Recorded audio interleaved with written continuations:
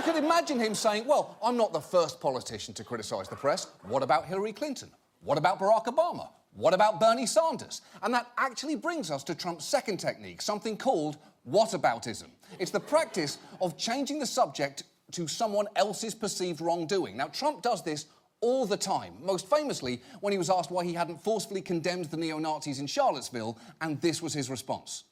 What about the alt-left that came charging at the, as you say, the alt-right? Do they have any semblance of guilt? What about the fact they came charging with clubs in their hands, swinging clubs? Do they have any problem? Well, actually, no, because a Nazi killing someone with a car is so heinous, any other issues that might be up for debate, under any other circumstances, kind of have to wait their turn. You can be wearing Crocs with socks, but if you're using those socked Crocs to kick Hitler in the balls, do you know what? I'm suddenly not so fucking focused on the footwear.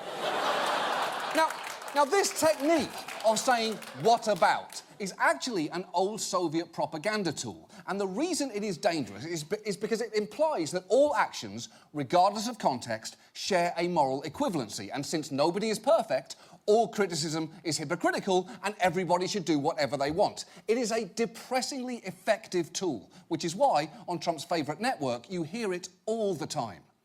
The mainstream media focused on the Trump campaign and allegations of collusion with the Russians.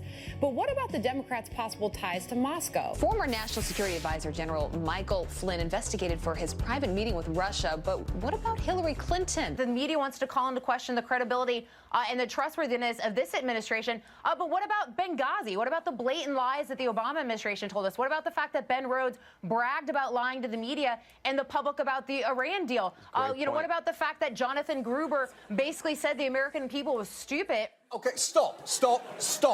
Because here is the thing. None of the errors those people may have made in the past excuse the Trump administration's actions. A defense attorney could not stand up in court and say, maybe my client did murder those people, but I ask you this, what about Jeffrey Dahmer?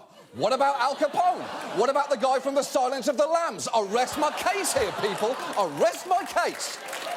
The problem with WhatAbout-ism is it doesn't actually solve a problem or win an argument. The point is just to muddy the waters, which can make the other side mad. And that actually brings us to Trump.